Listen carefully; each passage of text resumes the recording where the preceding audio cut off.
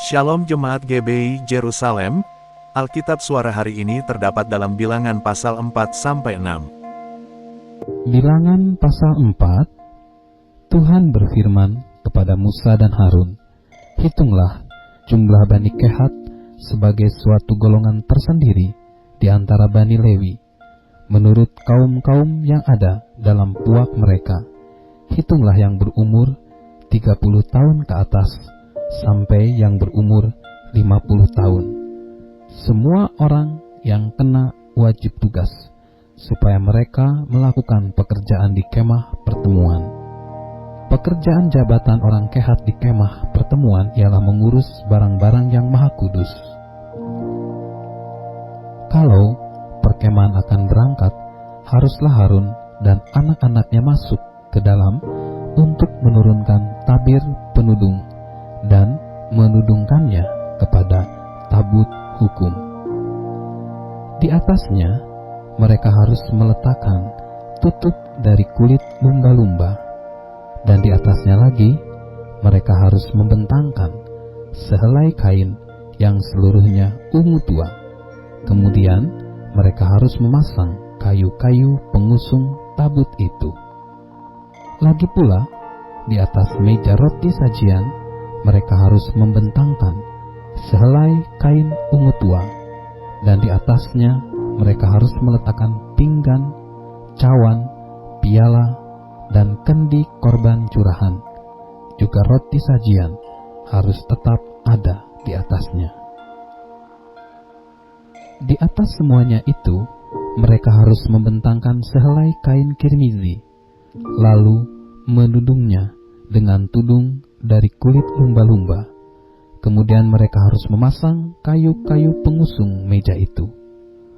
Lalu mereka harus mengambil sehelai kain ungu tua dan menudungkannya kepada kandil untuk penerangan dengan lampu-lampunya, sepit-sepit dan penadah-penadahnya, dan segala perkakas minyaknya yang dipakai untuk mengurus kandil itu.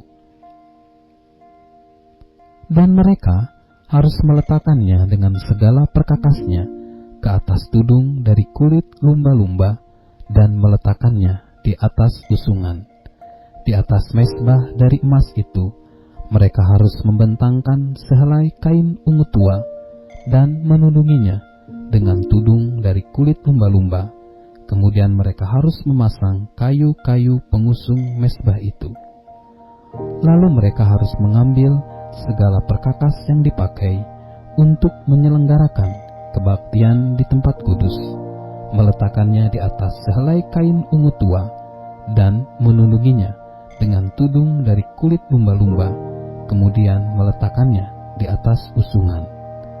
Dan mereka harus membersihkan mezbah itu dari abu, lalu membentangkan sehelai kain ungu muda di atasnya. Sesudah itu, meletakkan di atasnya segala perkakas yang dipakai untuk mengurusnya, yakni perbaraan, garpu, penyodok, bokor penyiraman, segala perkakas mezbah itu. Dan di atasnya mereka harus membentangkan tutup dari kulit lumba-lumba. Kemudian mereka harus memasang kayu-kayu pengusung mezbah itu. Sesudah Harun dan anak-anaknya selesai menudungi barang-barang kudus dan segala perkakas tempat kudus, pada waktu perkemahan akan berangkat, barulah orang Kehat boleh masuk ke dalam untuk mengangkat barang-barang itu. Tetapi janganlah mereka kena kepada barang-barang yang kudus itu, nanti mereka mati. Jadi itulah barang-barang di kemah pertemuan yang harus diangkut Bani Kehat. Tetapi Eleazar, anak Imam Harun, bertanggung jawab atas minyak untuk penerangan, ukupan dan wangi-wangian, korban sajian yang tetap dan minyak urapan. Ia bertanggung jawab atas segenap kemah suci dan segala isinya, yakni barang-barang kudus dan perabotannya. Tuhan berfirman kepada Musa dan Harun, "Perhatikanlah supaya puak Kehat dan kaum-kaumnya jangan musnah binasa dari tengah-tengah orang Lewi. Inilah yang harus kamu lakukan bagi mereka, supaya mereka tinggal hidup dan jangan mati, apabila mereka mendekat ke barang-barang Maha Kudus. Harun dan anak-anaknya haruslah masuk ke dalam dan menempatkan mereka masing-masing di tempat tugasnya dekat barang-barang yang harus diangkat. Tetapi janganlah orang Kehat masuk ke dalam untuk melihat barang-barang kudus itu, walau sesaat pun, nanti mereka mati. Tuhan berfirman kepada Musa, hitunglah juga jumlah Bani Gerson menurut puak dan kaum-kaum mereka. Catatlah mereka yang berumur 30 tahun ke atas, sampai yang berumur 50 tahun. yakni setiap orang yang wajib tugas, supaya mereka melakukan pekerjaan jabatan di kemah pertemuan. Inilah tugas kaum Gerson dalam hal pekerjaan jabatan dan pengangkatan barang itu. Mereka harus mengangkat tenda-tenda kemah suci dan kemah pertemuan, tudungnya dan tudung dari kulit lumba-lumba yang ada di atasnya, tirai pintu kemah pertemuan, layar-layar pelataran, dan tirai pintu gerbang pelataran yang ada sekeliling kemah suci dan mesbah, dengan talinya dan segala perkakas untuk pekerjaan jabatan mereka.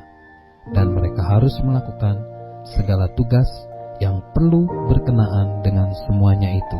Seluruh pekerjaan jabatan Bani Gerson harus dilakukan sesuai dengan perintah Harun dan anak-anaknya, yakni segala tugas pengangkatan barang dan pekerjaan jabatan itu. Kamu harus membuat mereka penanggung jawab atas segala yang harus diangkat mereka. Itulah tugas kaum Bani Gerson di kemah pertemuan. Mereka harus mengerjakan di bawah pimpinan Itamar, anak Imam Harun itu.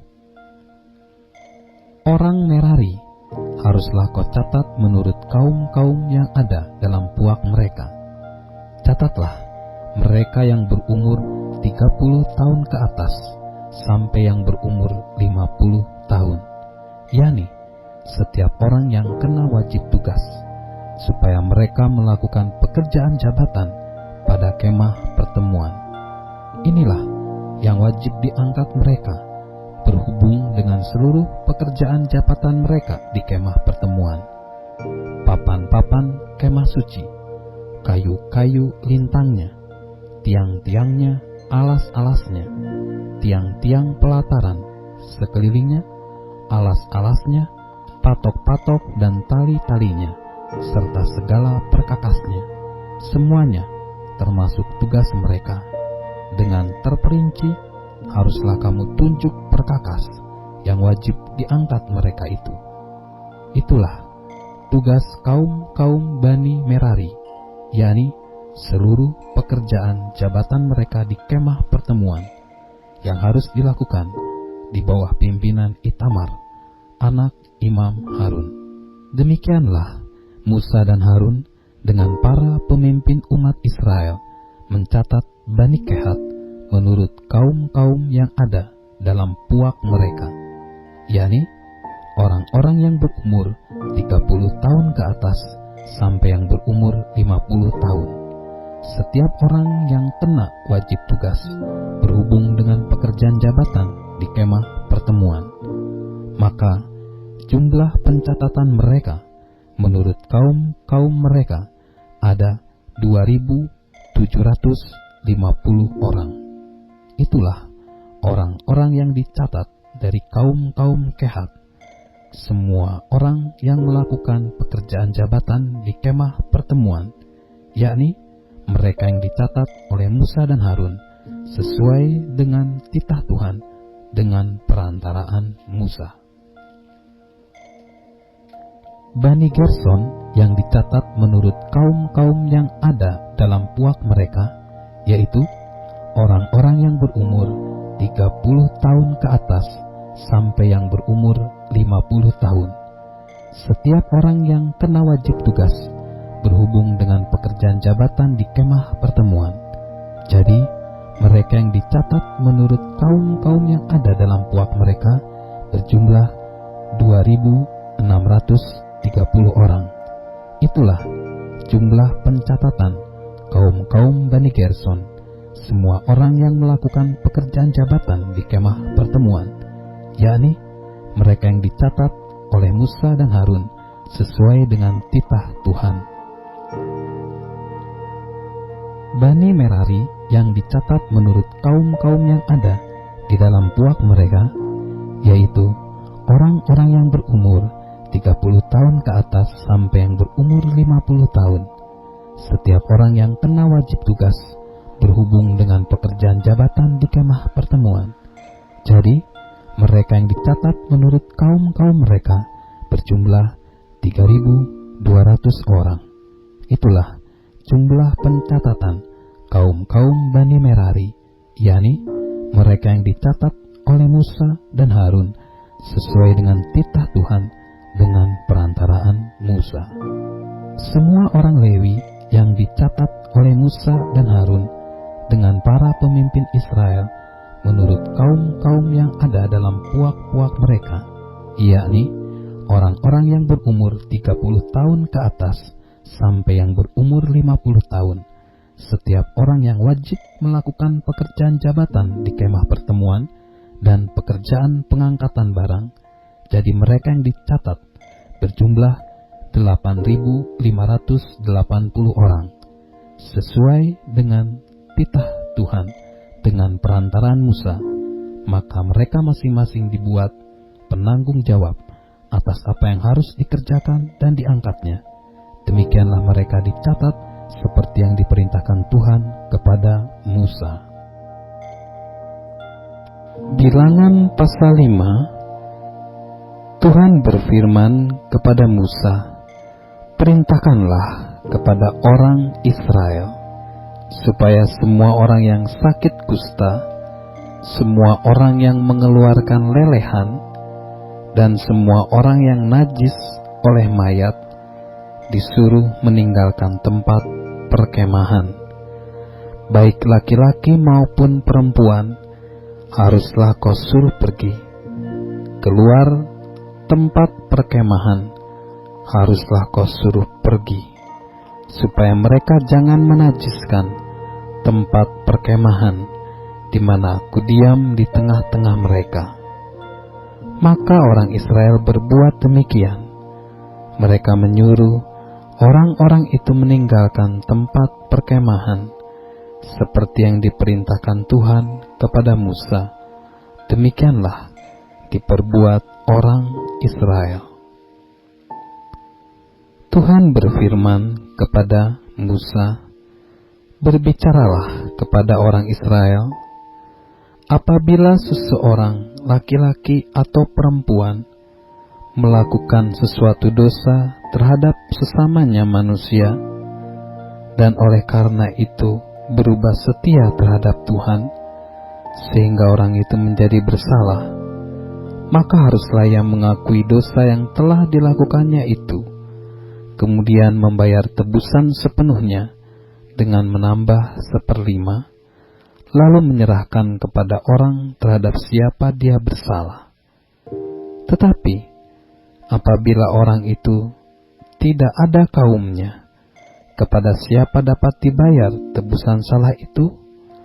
Maka tebusan salah yang harus dibayar itu menjadi kepunyaan Tuhan dan adalah bagian imam, belum terhitung domba jantan pendamaian yang dipakai untuk mengadakan pendamaian bagi orang itu. Dari persembahan-persembahan kudus yang disampaikan orang Israel kepada imam, persembahan khususnya adalah bagian imam. Sedang persembahan-persembahan kudus yang dibawa oleh seseorang adalah bagian orang itu sendiri. Hanya apa yang diserahkannya kepada seorang imam adalah bagian imam itu. Tuhan berfirman kepada Musa, "Berbicaralah kepada orang Israel dan katakanlah kepada mereka, apabila istri seseorang berbuat serong dan tidak setia terhadap suaminya, dan laki-laki lain tidur dan bersetubuh dengan perempuan itu dengan tidak diketahui suaminya, karena tinggal rahasia bahwa perempuan itu mencemarkan dirinya, tidak ada saksi terhadap dia tidak kedapatan.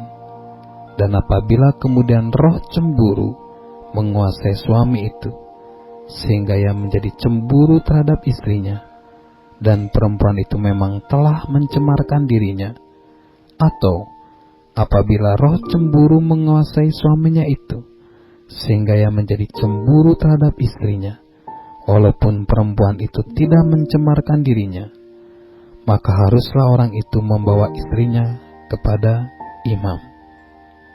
Dan orang itu harus membawa persembahan, karena perempuan itu sebanyak 1/10 eva tepung jelai, yang di atasnya tidak dituangkan minyak, dan yang tidak dibubuhinya kemenyan, karena korban itu ialah korban sajian cemburuan, suatu korban peringatan yang mengingatkan kepada kedurjanaan.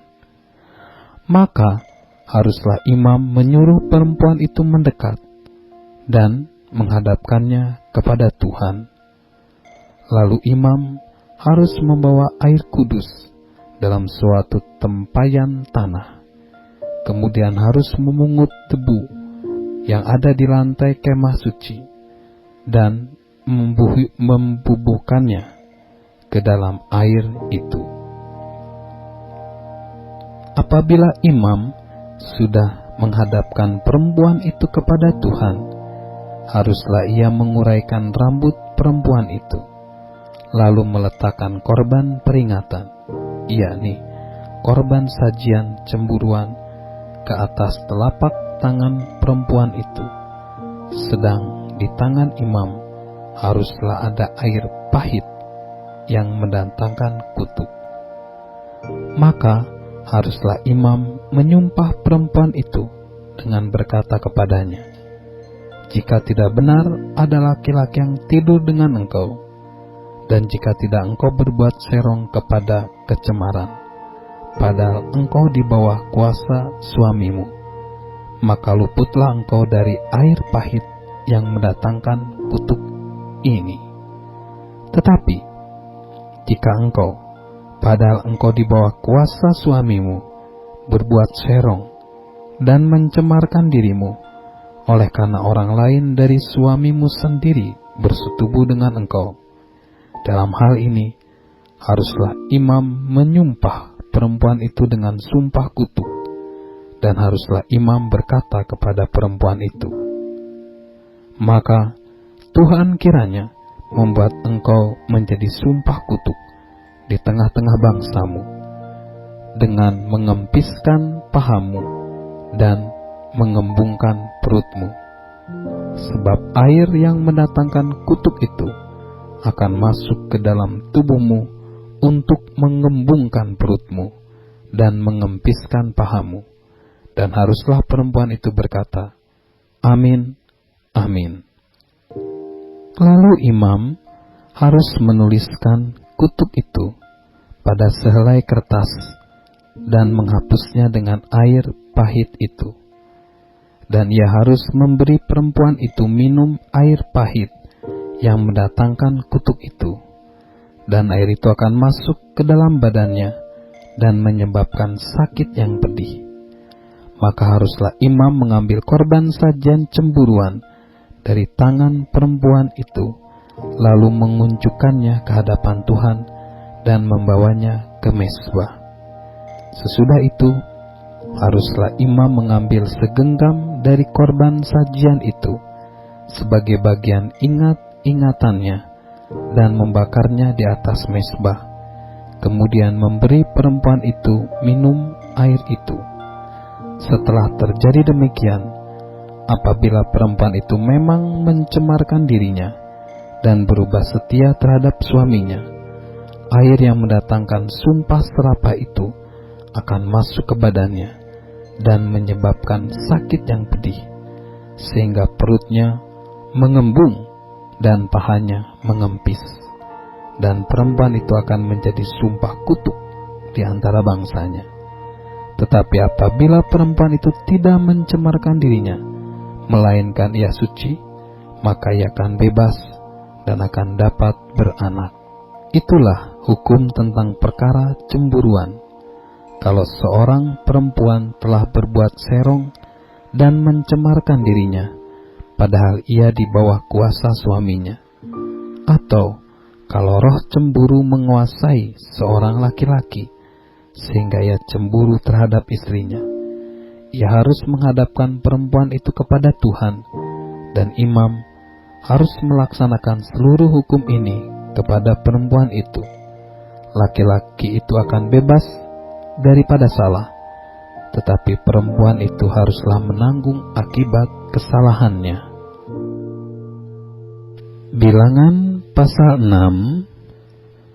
Tuhan berfirman kepada Musa, "Berbicaralah kepada orang Israel, dan katakanlah kepada mereka, apabila seseorang, laki-laki atau perempuan, mengucapkan nazar khusus, yakni nazar orang nazir untuk menghususkan diri bagi Tuhan, maka haruslah ia menjauhkan dirinya dari anggur dan minuman yang memabukkan. Juga jangan meminum cuka anggur atau cuka minuman yang memabukkan, dan jangan meminum sesuatu minuman yang dibuat dari buah anggur, dan janganlah memakan buah anggur, baik yang segar maupun yang kering. Selama waktu kenajirannya, janganlah ia makan sesuatu apapun yang berasal dari pohon anggur, dari bijinya sampai kepada pucuk rantingnya.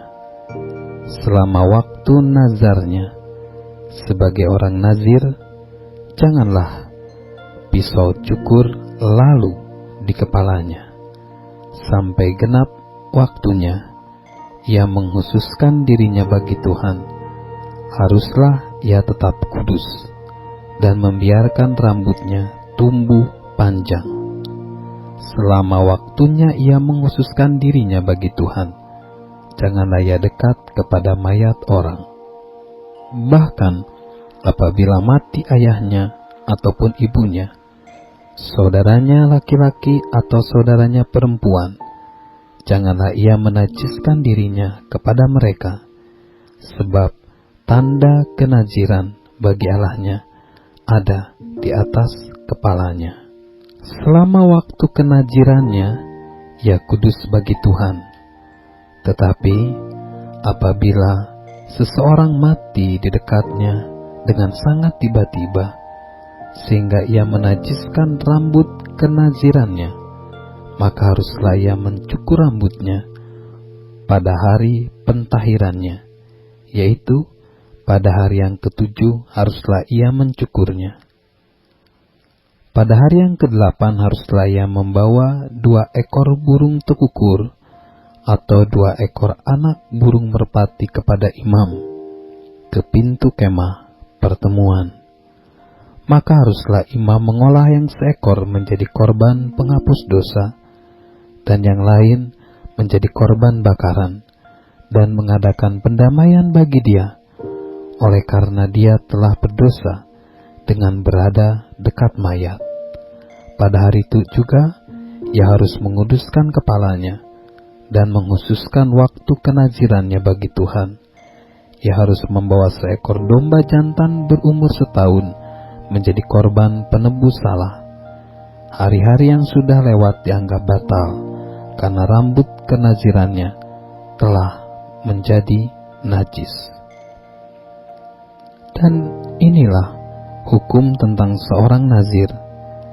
Apabila waktu kenazirannya genap, ia harus dibawa ke pintu kemah pertemuan, dan ia harus mempersembahkan sebagai persembahannya kepada Tuhan seekor domba jantan berumur setahun yang tidak bercela untuk korban bakaran, dan seekor domba betina berumur setahun yang tidak bercela untuk korban penghapus dosa, dan seekor domba jantan yang tidak bercela untuk korban keselamatan. Juga sebakul roti yang tidak beragi, yakni roti bundar dari tepung yang terbaik yang diolah dengan minyak, dan roti tipis yang tidak beragi diolesi dengan minyak, serta dengan korban sajian dan korban-korban curahannya.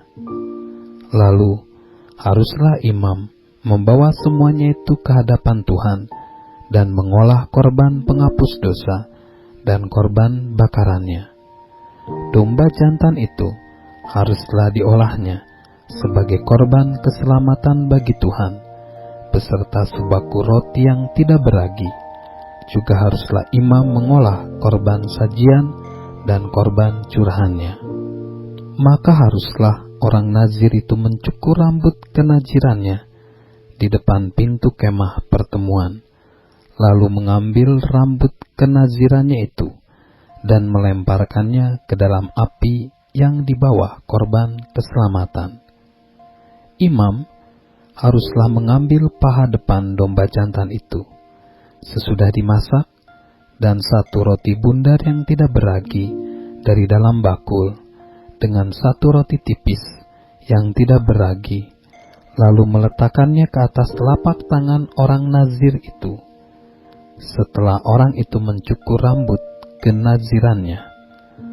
Kemudian haruslah imam mengunjukkan semuanya itu ke hadapan Tuhan sebagai persembahan unjukan. Semuanya itu menjadi bagian kudus bagi imam, beserta dada persembahan unjukan dan beserta paha persembahan khusus. Sesudah itu barulah boleh orang nazir itu minum anggur.